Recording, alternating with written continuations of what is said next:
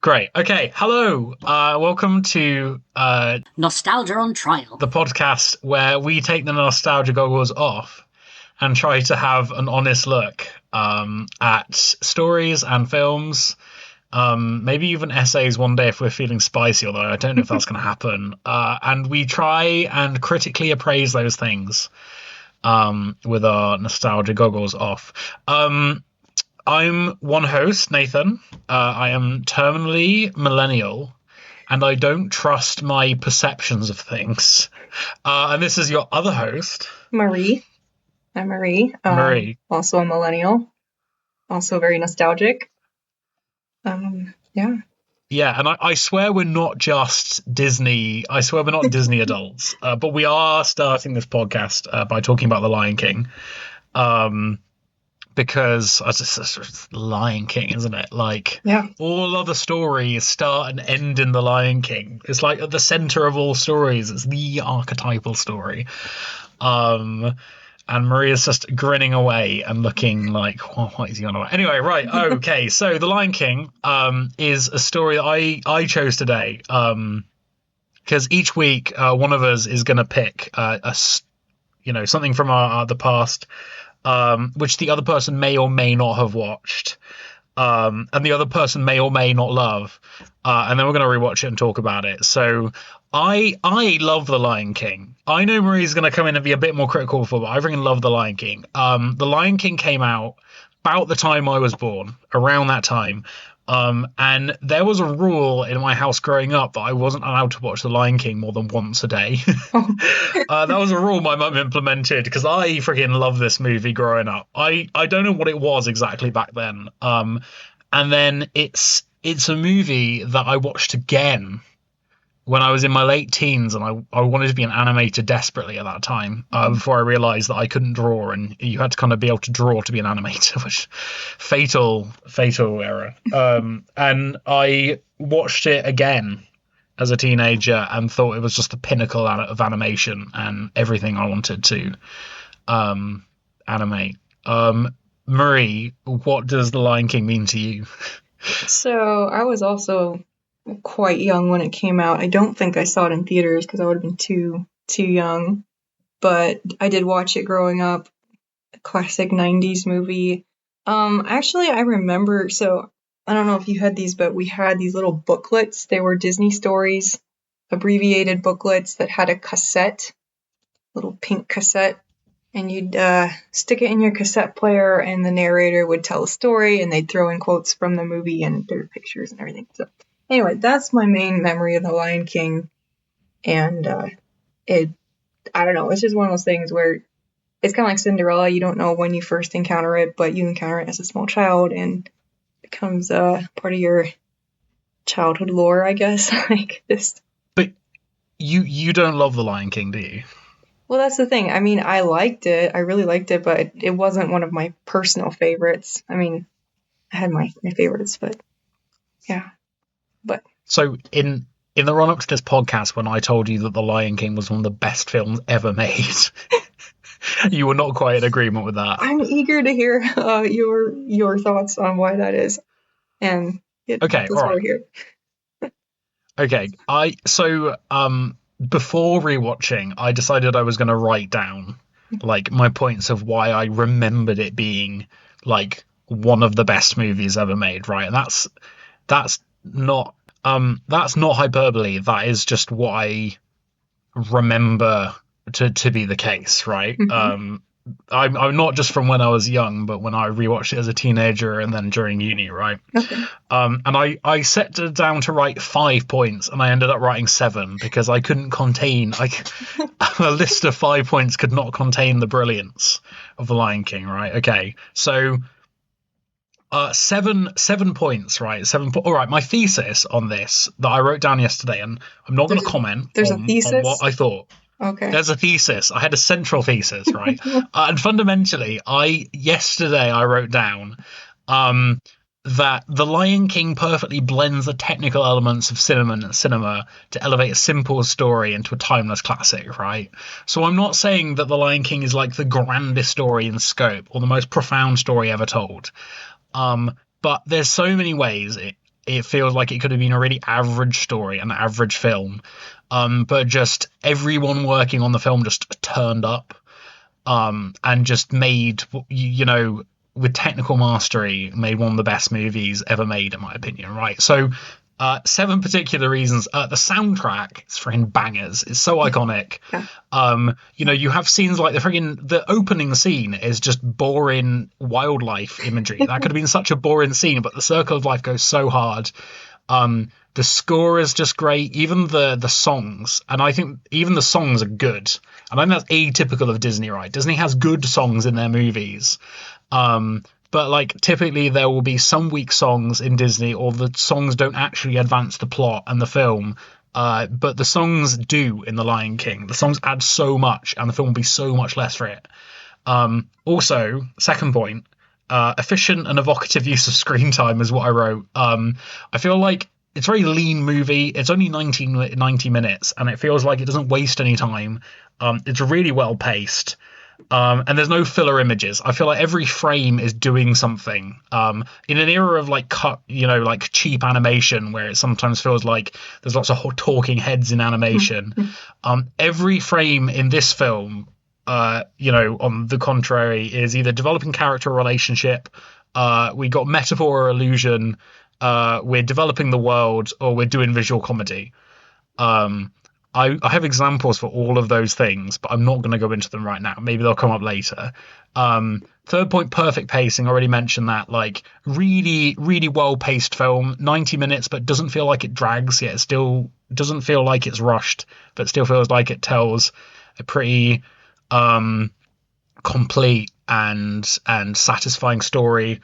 Beautiful visuals. The animation's stunning. The animation's so good. Like when friggin' Simba's running in slow-mo through the desert, what a classic. What faith Walt Disney had, or it wasn't, I don't know, Jeffrey Katstein. I was about to say Jeffrey Epstein, but he definitely wasn't the director. Sorry. What faith, anyway, the director had in just using a lion run cycle in slow-mo up close.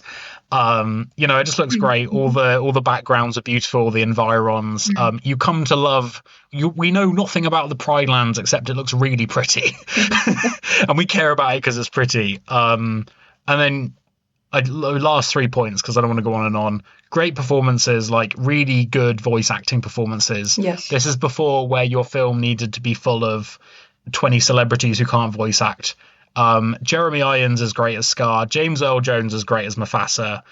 Also the child actors, I don't know if they're actually children, but they're good. Like the young Simba performances are good. Classic story. Everybody there's love, loss, revenge, redemption, regicide. As Roger Ebert put, which I thought he was like, is the classic crime of regicide, was great. And like, it's a pretty easy story for kids to understand, but I still think it has all the themes that it resonates with adults, I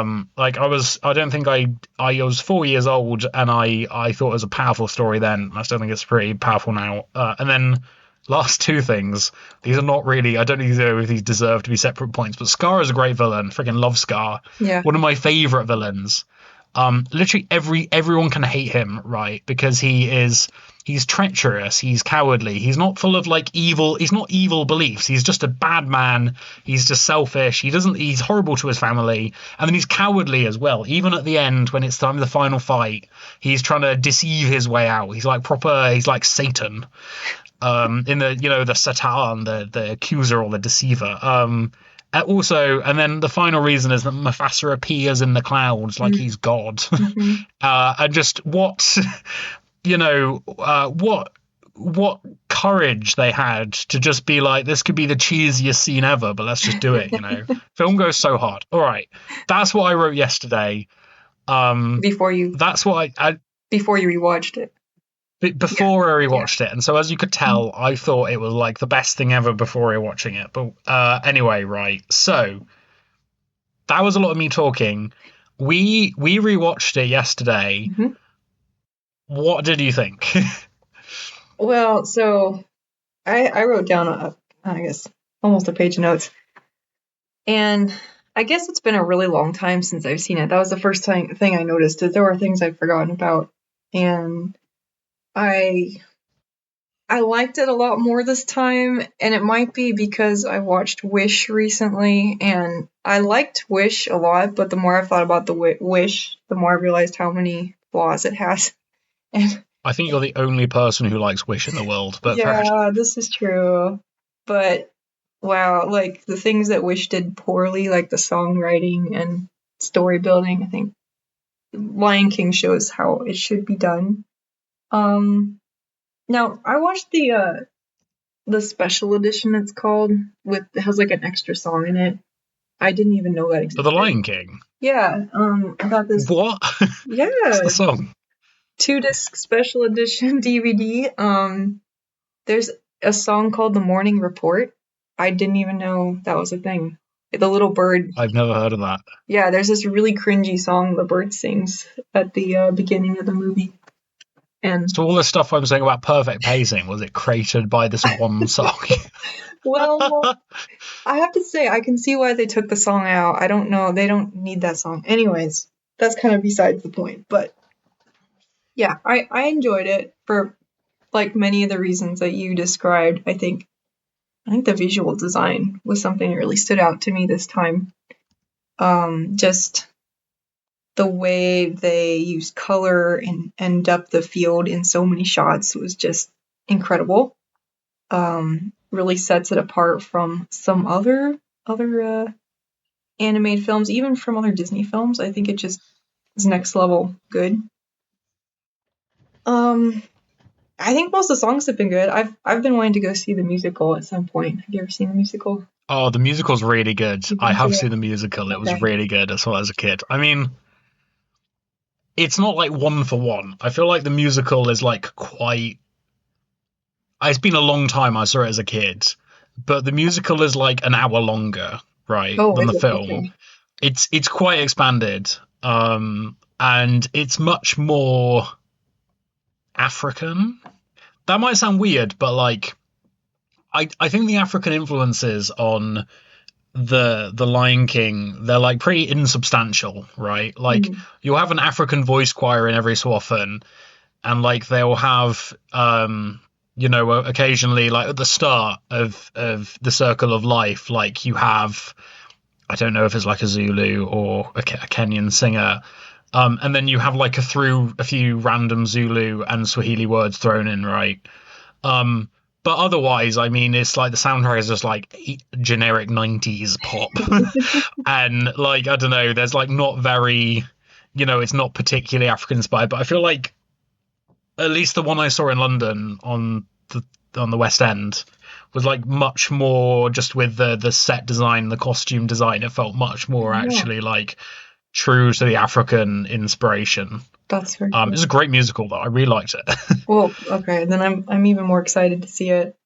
Yeah, I noticed that like the film, the 90s film, that is kind of walks this interesting balance between the European influences and the African cultural influences.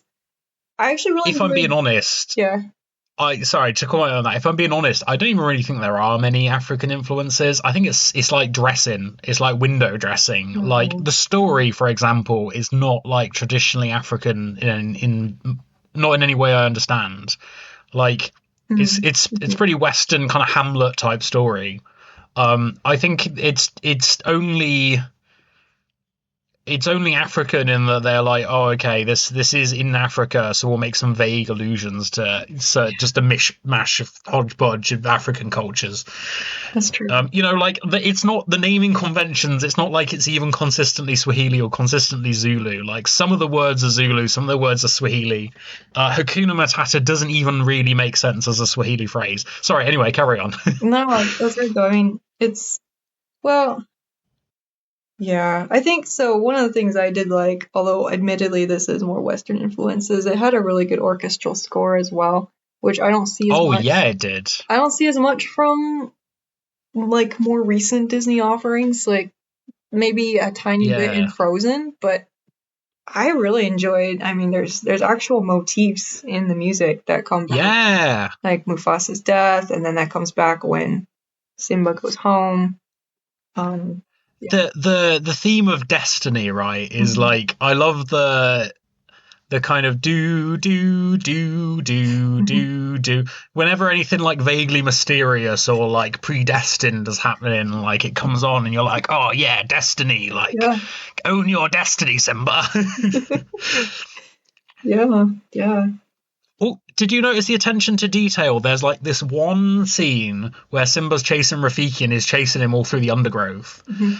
And it just comes on with this like this really lush orchestral score, and the choir are there, and it's for 10 seconds, and it's like it doesn't sound like anything else in the movie, and then it goes away, and it's like a really nice composition. I'm just like, wow, attention to detail just for 10 seconds.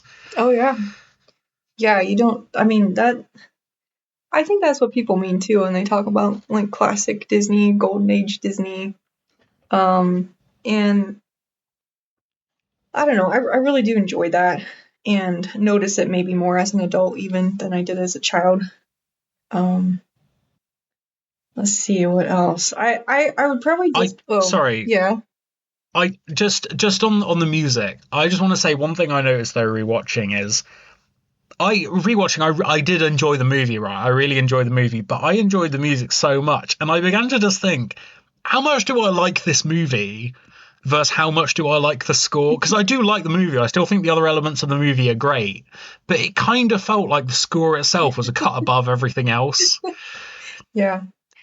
Well, and the voice acting that you mentioned earlier, because I think that's why I enjoyed it so much as that kind of audiobook experience on the cassette player. Just Wow, yeah, maybe yeah, I didn't need to watch the movie. I was just enjoying the music, the voice acting. James Earl yeah, Jones, iconic as Mufasa. so good. You know, as a kid, I think with Disney movies, it's not that I remembered everything, but there were certain moments that just stand out, and like Mufasa in the Yeah. clouds, like that was a core memory. Like, Oh, when Mufasa dies, it's so sad. Just because I kind of always wish that James Earl Jones was my dad. That might sound weird, but he's just, I don't know, he's just got that presence, and you just yeah, really feel like, wow, if Mufasa was my dad, I would be friggin' safe. And then yeah, he'd die, and then you feel unsafe. that's right. Though it definitely, even though Mufasa's not in the movie for that long, he is the whole picture of this father figure that's a bit, tough and stern, but always looks out for Simba. I think this is what I mean, though, right? I think that's what I mean. Like in my point before, in my like thesis of the notes that I wrote before, is that like there's so many elements of this movie. Like it could have been such an average movie, right? I feel like the movie really hinges on you caring about Mufasa when he dies, right? Oh yeah. Like it's an extended sequence. And the emotional impact of Simba's guilt and stuff, like I feel comes down to how much you love Mufasa because Simba loves Mufasa. And James Earl Jones, you're right, he's not actually on screen that long, but he really sells it. But a weak performance from Mufasa, I feel, would have real blunted the emotional impact of the movie. Like so many elements have to come together for this film actually to have an impact. Yeah. Sorry, but carry on. No, I mean that's it. And although why is it that Disney movies are so traumatizing? I mean, there's always like a parent dying or, some horrible thing happening. Uh I I mean I think that's great. I I think life is unpleasant. And I think giving kids um trying to give them means by which to process their own trauma is helpful. Maybe not now, maybe in the future for them. But some kids though do go through this stuff, and we will meet kids as mhm. kids who do go through this stuff. And I don't know, I think it's helpful for kids to understand what goes on. you know.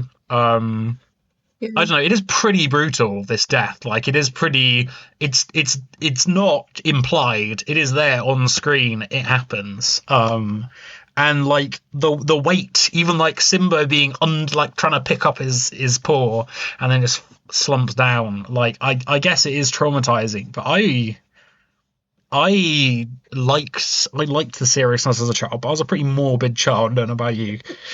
I must have been the same way. I mean, I think it's empathy building. There's a scene in Mulan that's the same way for me. Maybe even left even more of an impact. But yeah, those Is that when they're in the village? Is that when they go into the village and suddenly the song just cuts out?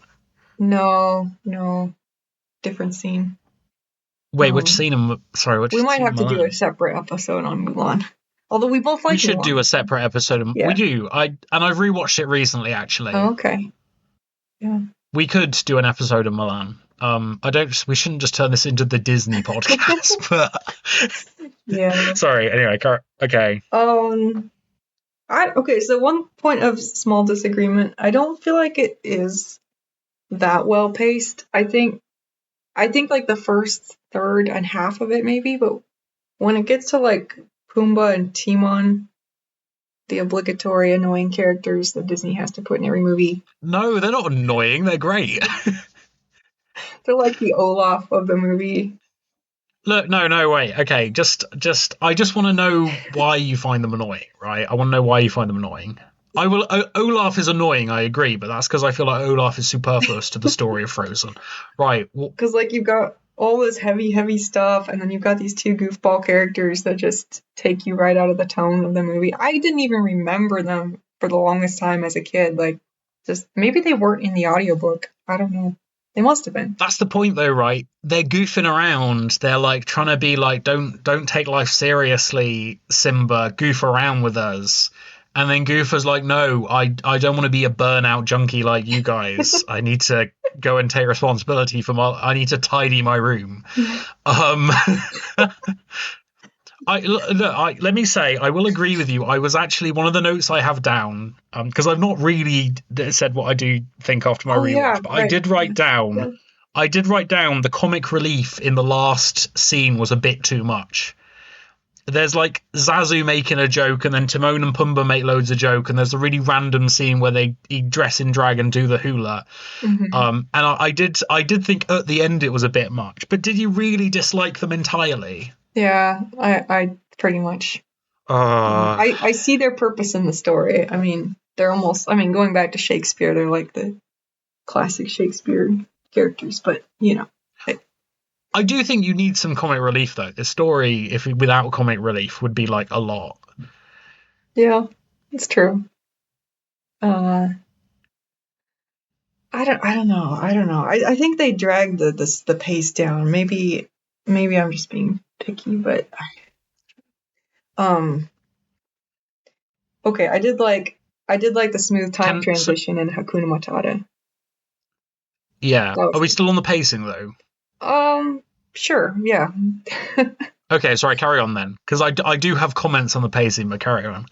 I think that was all I had for pacing. Like one thing I didn't like and the thing I did like was that transition, jumping forward in time during the song.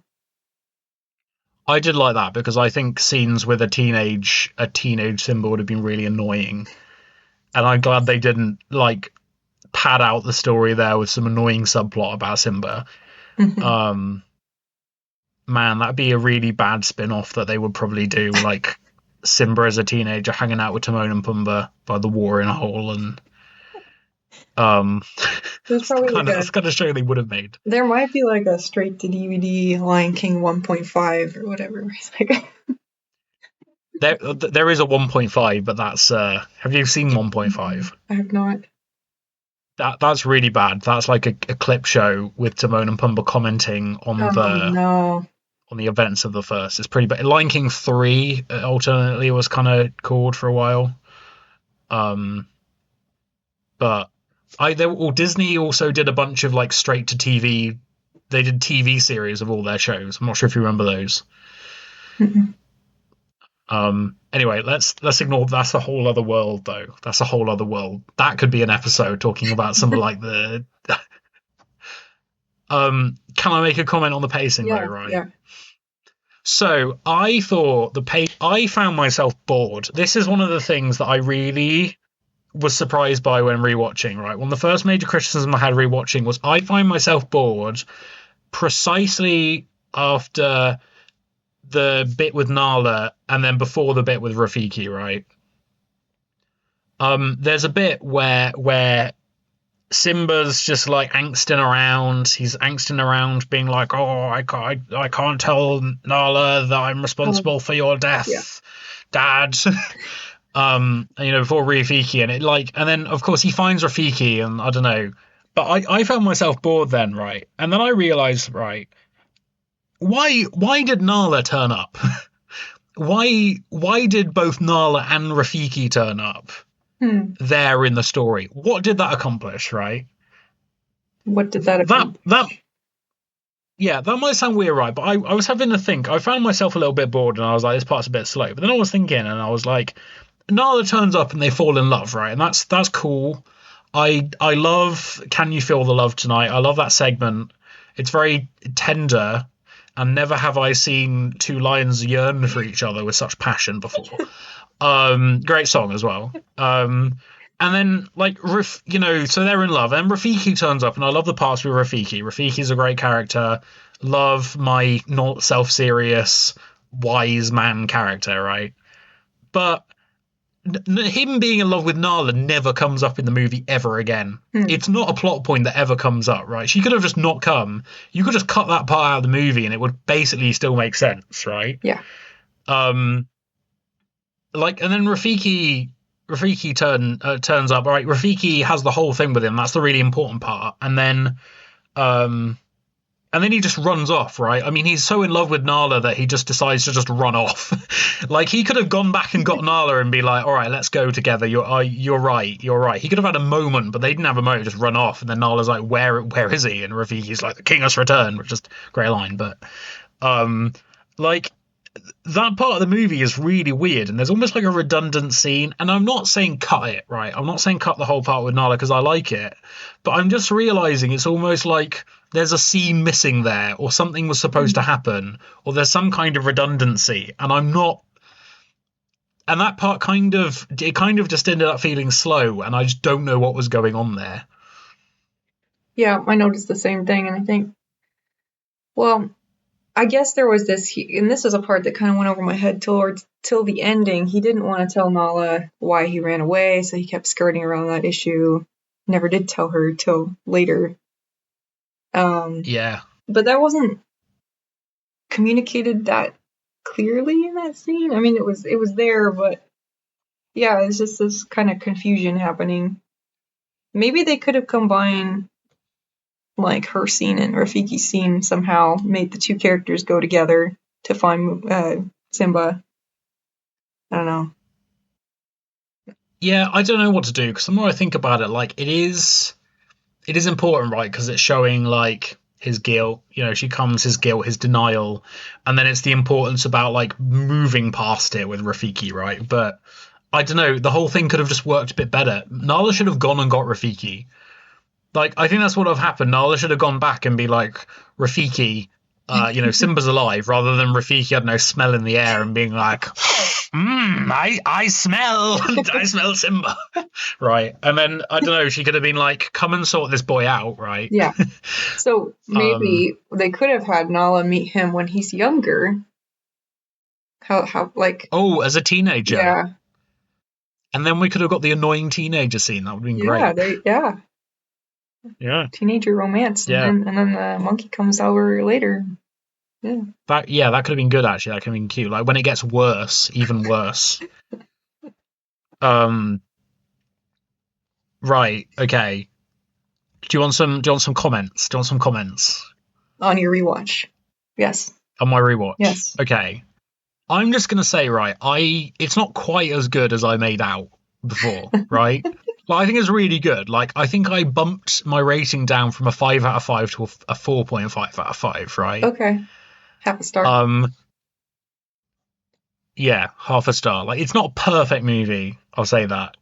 Kind of just for what we were saying. Also because I said about the comedic relief was a bit too much at the end. Like, I was really into it, and they just kept interrupting it with like Timon and Pumbaa, and it was like, okay, bit much. Um, Also, some of these like really minor like things, right? But did you notice some like the computer effects didn't age well? I did not know. I don't pick up those things. Okay, so there's places where it looked great, right? Like the Stampede actually was like largely Mhm. computer assisted, right? And the Stampede looked great. But a lot of the lighting, like I noticed, is actually kind of like a like there's parts where the lighting looks fantastic, right? Like there's this scene at the beginning, and Rafiki's like turning up, and the lights come in behind him, like Rafiki's descending from heaven in a Renaissance painting, right? It's really the painters really love Rafiki. You can tell they really just admire Rafiki. But then there's a lot of other parts where there's some kind of um like virtual light, like some kind of like really harsh, like you'll get like light coming onto the characters and there'll be a really harsh Mhm. outline, like a white outline, and it's kind of like computer post processing, I think. um it's sort of like it's like a drop shadow filter but like inverted. And it looks a bit tacky, if I'm being honest. Like, maybe this is a minor complaint, maybe most people don't notice, but I guess I've just, as I've grown older, I've noticed this thing's a bit more and a bit more sensitive. And like back in the day, when I watched it when I wanted to be an animator 10 years ago, that stuff looked fine because that was cutting edge. But if I'm being honest, just look a little bit tacky now. Um, and I think it was just noticeable because you get some parts where there's so much attention to detail, like the light is like obviously like, hand drawn. It's amazing. And then like there's other parts where it's not like, I won't call it cutting corners because they were using cutting edge technology, but it just, I don't know, just hasn't aged well. Mhm. Does that seem like a minor gripe? I mean, it's not something everyone's going to notice, but I think that's a valid observation. It's the classic thing of the more you learn about it, Exactly. about something like animation, the more you're just going to find reasons to not enjoy animated movies. um, I think the other thing was like there were a lot of puns in this movie, right? Mm-hmm. There were like bare many puns, and some of them were great. Like I like at the start, the morning report. Yeah. There's that part where Zazu is like giving the morning report to, and they're doing pouncing lesson. The pouncing lesson scene, and Zazu's just firing off loads of puns. Like the elephants can't hear this, but I told them to forget it, and blah blah blah. That was great, right? Yeah. Um, but the puns kind of never let up. And they're constant, and it kind of pulls me out of the movie. And maybe that's unfair because it's also a children's movie, and the kids might love it. Yeah. um, okay, all right. That's kind of the extent of my negative comments, though. Not bad. There's just a few minors. I guess mainly I bumped it down half a star because I felt like there's that bit in the end where the pacing goes like a bit slow and I'm a bit bored, and I was like, it's not a perfect movie. Okay, can I give you? Here's a question for you though, right? Okay. All right. What's the film about? Let's. Genuinely though, what would you say the film is about? What are the messages of the movie? Um. Well, early on, it's if you disobey your parent, bad things are going to happen. So you better listen to your parents, kids. It's a good message for Good kids to message. learn. Good message. You know, what is it about? Does it have to be about something? It's just a good adventure with plenty of tragic moments. Yeah, people like kids' movies to be about things. They teach kids lessons. Like, I don't know. I'm kind of like almost most kids' movies have a lesson, a moral. Well, yeah, disobeying a parent trope, but I think also just uh, power of friendship. I mean, I don't like the goofy characters, but they all team up together at the end to go take down Scar, They do which all team up. apparently a whole pack of female lions were not able to do. But that wasn't. Yeah, I know. Well, it's not that they weren't able to do it. It's that they weren't willing to do it because rebellion is wrong. Oh, okay. All Teachings. right. Do you want me to be really annoying now? Yeah. Do you want me to be really annoying? You're gonna kill me.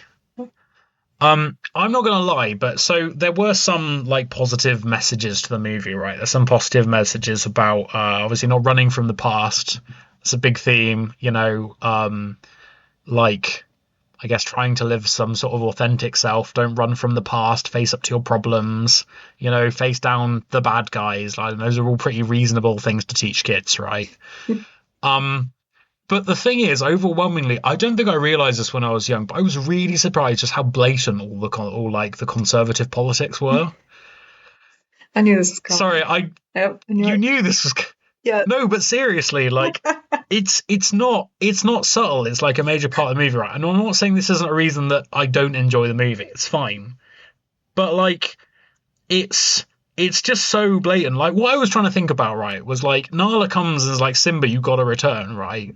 But why should Simba rule? Why should Simba rule? Nala's probably would be a better ruler of the kingdom, right, than Simba. Like obviously Simba was raised by Mufasa, but since the age of like 5, he's been raised by some like just burnouts in the jungle. Like he's been living with his buds. I don't think he's actually gonna have the character to rule now. He's been living. Pardon? He's been eating worms. Yeah, he has been eating worms, but Yeah. they're a symbol of his moral decadence. There, like he's basically not been raised properly for the last 15 years, right? Yeah. Or I don't know, however long lions take to grow up. But Nala turns up and is like, "You're suited," and the only thing making him suited is the fact that he was born as the king, like his hereditary thing, right? They won't overthrow Scar until they realize that Simba's alive, because fundamentally all the lions are really conservative and believe that even if Scar is a bad king, he's still rightfully the king, and it's rebellion against God to rebel against the king, right? um they and the whole thing is obviously just about shall I really get into it? About the legitimacy and the No, monarchy. about all right, the Great Replacement. Oh, what? Oh, What? gosh. No, so there's this minority, right? The hyenas, Oh, okay? okay. And everyone gets to live in the Pride Lands except the hyenas, because just like, I don't know, they're just like genetically inferior at the bottom of the food chain, right? And Scar just doesn't like. I mean, Mufasa doesn't like the hyenas, and he's just like, you guys better stay out. You don't belong here, right? So Scar gets the minority to support him, right? And then they murder Mufasa in this very like not this fair, honourable way. They do it in this like very just underhanded, sneaky way, right? And then it's all like there's all the fascist imagery, like you see the marching like stormtroopers in front of him, very well known. Everybody knows the stormtrooper imagery of the hyenas. And then the hyenas come in, right? Now they're allowed into the Pride Lands, and then by the end of they've ruined everything, right? They've ruined it. And literally, I mean, Nala turns up and is like, "Oh no, Simba, Scar let the hyenas in, the minority, and they've ruined everything, and everything dies. You need to come back and kick out all the hyenas." And so he comes back and kicks out all the hyenas, and suddenly it starts raining again, right? And and Scar gets killed, right? And it's literally like everything, like it's the hyenas, their existence. Like it's basically multiculturalism is bad and destroys the ecology and destroys everything about a nation. That is the Lion King. That is like a message of the Lion King. No, because in the circle of life, there's a lot of species at the beginning that are all cohabitating peacefully and blissfully. But that's the other thing, right? It's like this. So this is the thing. It's like so long as the other races accept their inherent inferiority to the white man, the lions. You're just rolling your eyes. So as long as they accept their inherent inferiority, there's peace, right? As long as the white man can rule the other nations, like colonialism. It's like the British Empire. Wow. But when the masses rise up, when the underclass, when the servant races to the white race, well, particularly there's there's this one race which is like the hyenas that are just like so irredeemable they're not even allowed in the Pride Lands like at all, and like when they come in they ruin everything, right? So when the white man is usurped, the Oh, world gets Lord. ruined. So the white man needs to rule. That's Oh the my word. that's the message. I don't think it's conscious, but that is just like if you just watch the movie, that is what's happening.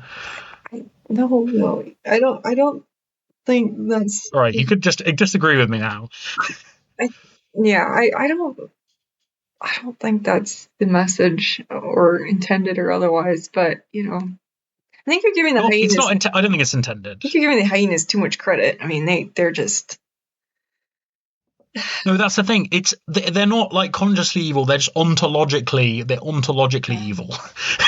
That by nature they just shouldn't be allowed. It's not about saying they're bad people, not bad, but bad animals. They just by nature they should be not allowed in the Pride Lands, right? It's very non. It's not moralizing against the hyenas. It's just like they should not be here. you know, they should Well, know their place, which is that is not in the Pride Lands. an interpretation I had not considered. So thank you for sharing. You're just not even going to deign this for the reply. It's going to be a very long podcast. Do you think that getting into leftist politics just forces you to interpret everything in terms of leftist politics? Yeah, it might be. It might. Do you want me to cut out some of this from the podcast? No, I mean, if that's genuinely what you were thinking, then you can. Yeah, I genuinely was like, man, this is so blatant. That was genuinely like a thing I was thinking. All right, do you want me to turn the conversation away from this? Yeah. I don't know where to go from here. So, what were some other? Okay, here's the last thing. I was surprised how hammy this movie was. Like they start fighting and it just everything randomly catches fire, right? Scar's defeated, it just starts raining and everything's instantly okay, right? Like, Mufasa appears in the clouds and there's a swell of music. Yeah. There's so much slow motion. Just these guys just didn't care. They were just like, yeah, let's ramp everything up to 11, right? It's like very 90s. I just thought I was amused by that. The slow motion was a bit much. Because the remake was criticized for being too flat, too emotionless. The animals had no personality. The animated version, it's almost like they have too much personality. They're almost humanoid. Oh no, I love that. I don't dislike it. It's very, it's almost over the top, but it makes it more enjoyable. Yeah, I kind of think though the over the top part works. I kind of think like if you're going to tell a story like this and go this, like you just need to lean into it and go really hard, because otherwise it won't work. Like, just to be clear, I'm not watched the remake. I refuse to watch it. Because I just think it betrays a misunderstanding of the Lion King. Like the point of the Lion King is that everything is so beautiful. It's like literally like everything, like good is beautiful. All right, so now I'm going to go off the deep end again, right? It was so obviously it was a very monarchist movie, right? Yeah. It was a very monarchist movie, but I really think it's interesting how we've been reading St. Augustine's Confessions recently. Yeah. Augustine has this very classic Christian idea, maybe a bit of Greek idea, that truth by beauty. Right, like it's an idea that Augustine comes up with a few times. Truth by beauty and like goodness, and like badness by ugliness and whatever, right? Like this movie is so hard into that. This movie, and that's like a classic idea of like monarchy. Like they would make the monarch and everything associated with it as beautiful as possible to like communicate the power and the truth and the divine truth, right? Similarly to how it was in more like classical sort of Catholicism and so forth, like very high Catholicism. And this movie goes into that so hard. This isn't an original point. Loads of people have said this, but it really was just fascinating how hard it went into the everything good is beautiful, and everything like the moment there's bad, the Pride Land's just a waste. It's just a waste. It's just really ugly. Everything goes on fire. The moment, and then the rain starts and everything's beautiful and verdant the moment that the lions are properly back in power, right? Is it verdant or verdant? Verdant. Verdant. Okay, great. think. Verdant. Okay. Everything is like super verdant. And I just thought it was really interesting how like classical, just like the sort of the aesthetics and the aesthetic sensibilities were in Convictions. I think Jordan Peterson would approve of this one. In other words, I reckon he loves it. I reckon he loves it. He loves the whole movie. When I say it's conservative, by the way, I don't mean it's like fascist. I think it's just truly monarchist. I think it's truly made by someone from the Middle Ages. It's like they descended and just made a very classic, like, pro-monarchy tale. Yeah. Oh man, I did enjoy the spirituality of it, though. If that sounds strange, What do you mean? Well, as silly as it is, the whole his father talking to him from the clouds, like. That's the main thing I remember from it as a kid, and that leaves such an impact on you. Like, I don't know why, but it just, I don't know. It's a visualization of what it might be like to pray or to, talk to your ancestors or whatever. Yeah, that's the interesting thing, though. Like, I kept thinking, like, you'd want to think, is there a Christian allegory here, right? Like, the son, the chosen one, like very classic narrative of Simba like returning. Like Mufasa lives on in the sun, and like Mufasa appears in the clouds, whatever. But then, of course, like, I mean, it's pretty, Mufasa's talking about the kings living up in the stars. Everything's quite pagan. Everything's quite pagan in terms of like Rafiki's like, I don't know, some kind of like pretty cliche witch doctor type thing. Yeah. And but then again, also like the use of light, it's like very like there's a lot of like Renaissance kind of imagery, right? Like the sort of Renaissance paintings you'd see of like divine figures. It's like it's really interesting. Like when you talk about the spirituality, what is the spirituality of the movie? I mean, maybe it's just that. It's the aesthetics. It's the voice of Mufasa with the nice reverb. Yeah, just it also the theme of I guess, return, faith. There has to be some of that for him to come back and feel like he's got a place in the Pride Lands. Destiny is major as well. I guess it feels almost Christian, but it's not Christian, is it? It's just using a lot of like classical Christian imagery. Yeah, I think it gets more of a pass in many ways because it's about lions, so people don't like. And when I mean people, I mean like people that might be concerned about their children watching about things like that. It is interesting, like back growing up, how there were other like conservative like Christian mums who would be like Harry Potter as witchcraft, but like Rafiki is one of like I think we talked about before how like magic in fairy tales gets a pass, but like Rafiki is just straight up a witch doctor. Yeah. Just doing like weird voodoo magic or something. It's kind of ill-defined what Rafiki is. Again, this is the thing, it's a mishmash hodgepodge of varying African influences, right? It's pretty vague. Yeah. So Rafiki, he gets some leaves in a bowl and throws them round and ascertains the future, but yeah, it did. You're right. It gets a pass. It does get a pass. Do you actually think it's just because it's lions?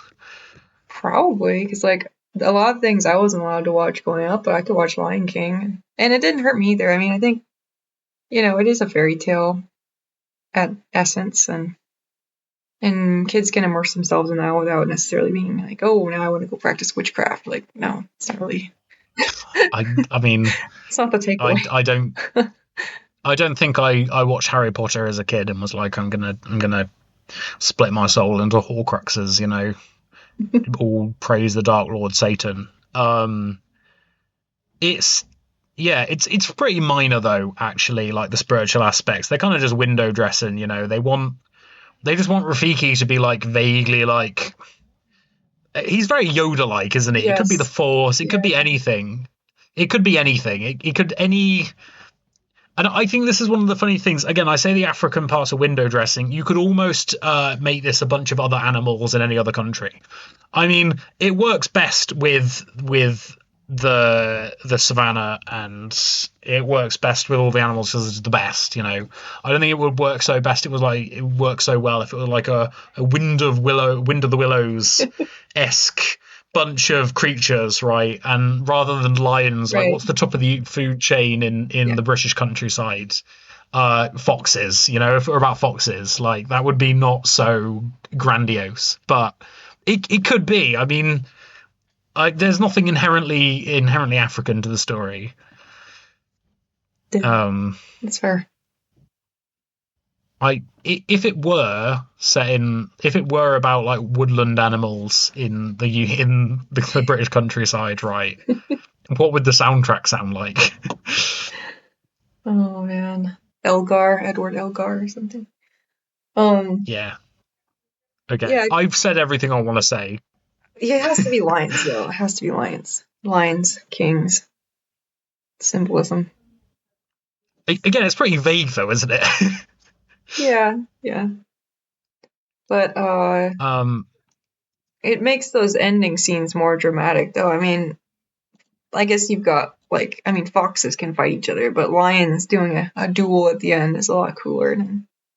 So, this is the hamminess of the movie again, though. Like, hmm they just went hard on everything. They were just like, yeah, lions fighting in slow motion while there's fire all around them. I don't think I have anything. Oh, all right. Okay, here's the last thing. Did you think the mixing was off? the mixing? Oh, like the sound? the mix, yeah. No, was it? I don't know. I was listening on like some pretty good quality headphones, and Oh, Nala's voice actress sounded like she was far away from the microphone while everyone else sounded like they were close to the microphone, right? And there wasn't much ambient noise in the background. And this might sound silly, but it just kind of sounded like sometimes it was like didn't sound like the characters were speaking. It sounded like voice actors were speaking. And again, maybe this is one of those times where I'm just overthinking it and need to like not focus on the technical elements so much. But it was just noticeable. I wish I had listened to it with headphones, but I was watching on my old laptop that has a optical drive, and it has bad speakers, so. But that's very true for how it was to watch the film in the 90s, right? Like TVs were like our first TV was like tiny, Mhm. and the audio quality was bad, like very bad. Yeah. Like our first TV, I don't know if it was larger than my laptop screen now. So listening to it on super high quality headphones was not like, it's a bit like sometimes when you watch a movie in HD that wasn't filmed in HD, you can tell the sets are pretty fake because they were sufficient for standard definition, like they're low res. Mhm. But Yeah. so I don't know. Again, maybe it's just one of these things where I'm noticing it, but I'm not really like watching it in a way which is how it was expected to be watched. Well, I think we've come to the conclusion it's probably better just to listen to anyway. But I guess if you're listening to it with high quality headphones, you would pick up on those quality differences. Okay, so the final thing to round off, your verdict is it was better than you remember it, right? Oh yeah, yeah. Yeah. My verdict is it was a little bit worse than I remember it, but I literally was holding it up as like the best film ever made. So, um, how would you rate it out of five? Out of 5 stars, how would you rate it? Probably a 4. A 4. All right, that's pretty It might generous. be That's pretty better good. than that. I'm not sure, but I'll say 4 for now. Okay, I'm gonna say 4.5. I still think it's like solidly classic territory for me. I still think it's like one of the best, even if it's just certain elements like the sound that really elevate it for me. But maybe it's not quite perfect anymore. All right, good. That's the end of our show. Thanks, everyone. Join us next time for. Have we decided what we're doing next? Not yet. I have some ideas, but not sure yet. All right, great. Join us next time for something. Bye.